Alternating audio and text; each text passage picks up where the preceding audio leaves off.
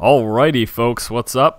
Forrest here, going to be doing a strategy video for you right now. We're going to be taking a look at a Terran strategy. Let's fix this camera here so it's not bouncing all over the place. So yes, we are looking at a Terran strategy in this video. The Terran player we're focusing on is Liquid's Hey-Pro, and our opponent here is Red Dark Cell. So let's go into Hey-Pro Vision, and let's just talk for a moment about what we're going to be doing. Well, the matchup, of course, is TVZ, Terran vs. Zerg. What's some popular things to open with as Terran vs. Zerg? Well, nowadays we see a few things. We see things like 2 racks early pressure, maybe a 1 racks fast expand, early marine pressure with some SCVs to try to keep the Zerg player on his heels, and then there's the ever popular 1-1-1. Well, what we're going to actually be looking at here is a delayed 1-1-1 incorporated in an expansion. We're actually going to be starting off with the Barrack, moving into the factory, and then after the expansion starts building, we're going to be getting the Starport as well. So that is the 1-1-1, a little delayed, but again, also going to be incorporating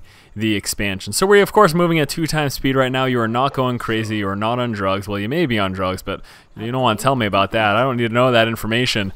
But the point is that we're just looking at, again, a delayed 1-1-1 with with some expansion action going on. So let's talk about the benefits. Let's talk about the pros, and then also let's talk about the cons to this build. Now, obviously the pros here, slowing it down for a moment, obviously the pros here are, you get a nice strong economy. Going for that quick expansion gives you a strong economy. You also, in opening up with the 1-1-1, you have that opportunity for harassment. Now, doing things like killing the scouting worker, obviously a great idea. So let's talk about why we would go for a build like this. Well, we would want to go for a build like this nowadays, especially on the 1v1 map pool. A lot of just very macro heavy, macro focused maps, just large maps with relatively safe expansions, lots of expansions available on the map, just very macro focused. So take advantage of this, change your gameplay. The metagame is changing to more macro focused due to the maps that are in the map pool currently, and you have to be aware of that and do what you can to take advantage of that. So again, getting up that quick expansion, it's going to do 2 things. It's going to obviously bolster your economy, but with the 1-1-1 build, you can still do the harassment. Now, a few things. Obviously, drop in the command center before your starport. This is delaying your Banshee harassment.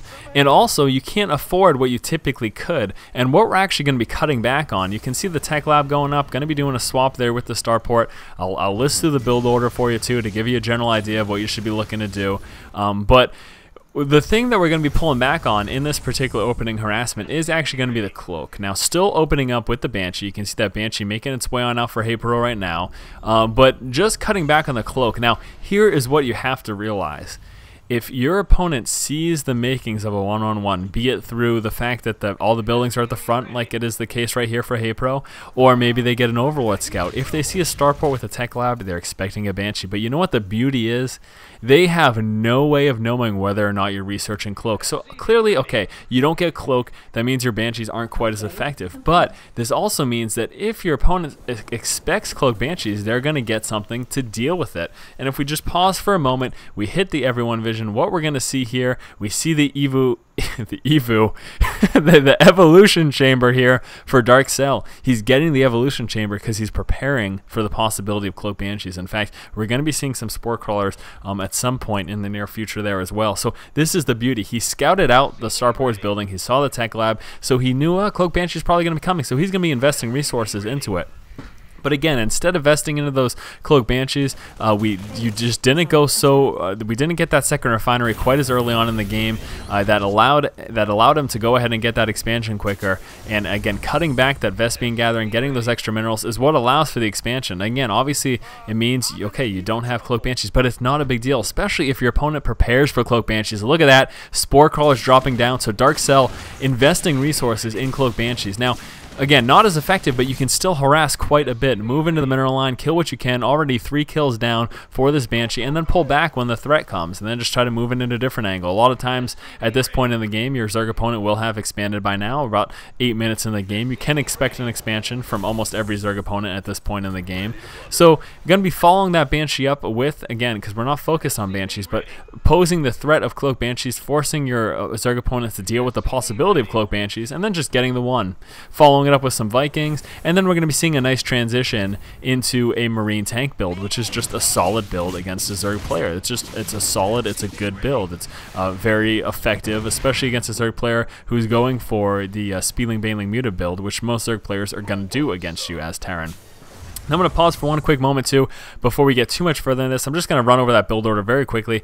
The opening, relatively standard with the 10 depot. Then you saw 12 barracks, 13 refinery, and then there was the 18 factory. Very standard stuff. Now after the 18 factory, again, realize while that factory was building, you didn't get that second refinery. Typically, where you're going for Banshees or Cloak Banshee opening or any sort of Banshee opening, typically you're seeing that second refinery dropped pretty much around the time that orbital finishes, if not slightly before when that orbital finishes, at the very least before the time the factory finishes. But that second refinery is not coming at that point. Again, just sticking on the one, it's going to get you just enough to afford that one Banshee to move out with, possibly forcing your Zerg opponent to get that fast layer, get an Overseer, get that Evo chamber, get the Spore Crawlers, anything to deal with that possibility. But again, that's not what you're going for. You're just dealing with one Banshee for some harassment.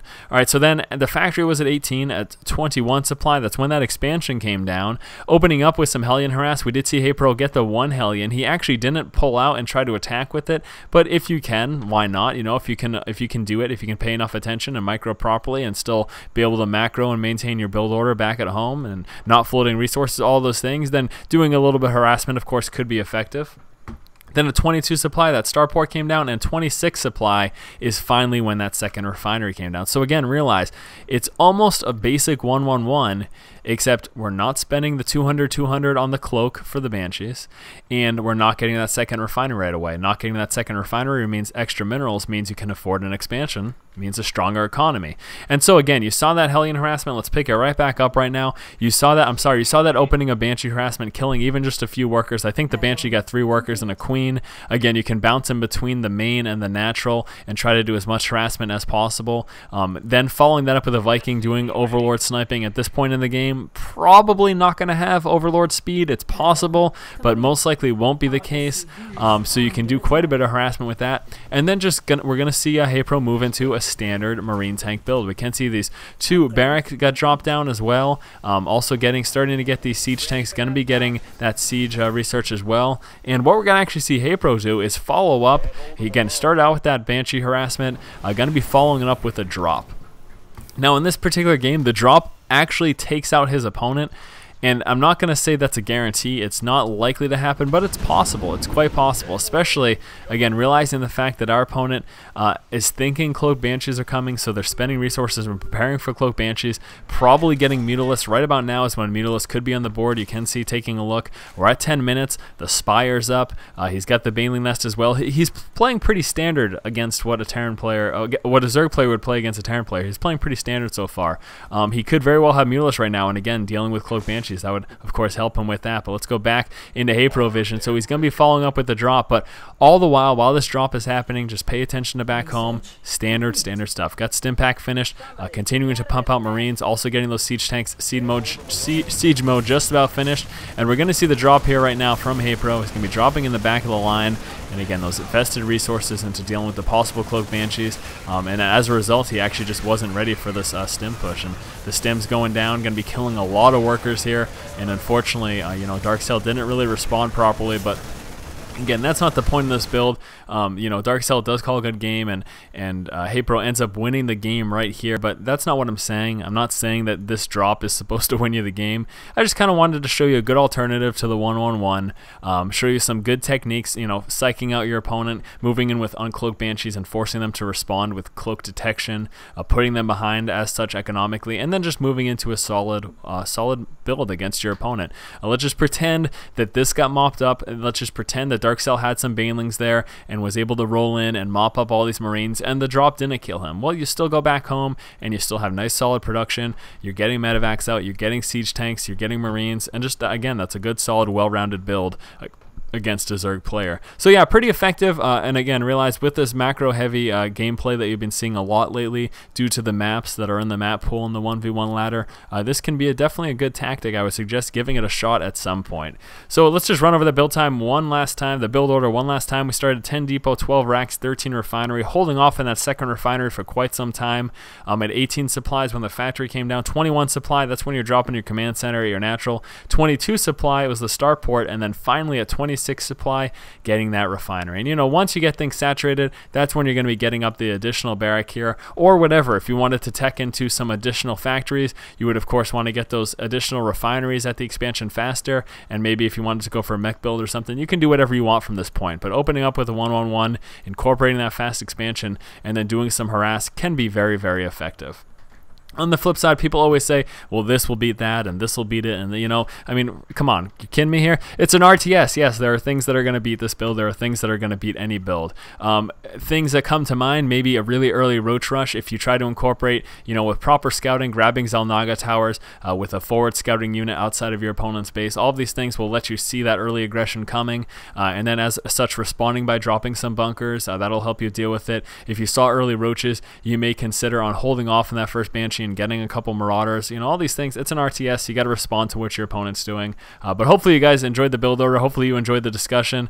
Been a very busy day for me. Came out with a lot of videos and you know, doing what I can to entertain you guys. So yeah, that about does it. As always, this has been Force. If you enjoy the content, make sure you do subscribe to the channel. Keep watching and keep owning.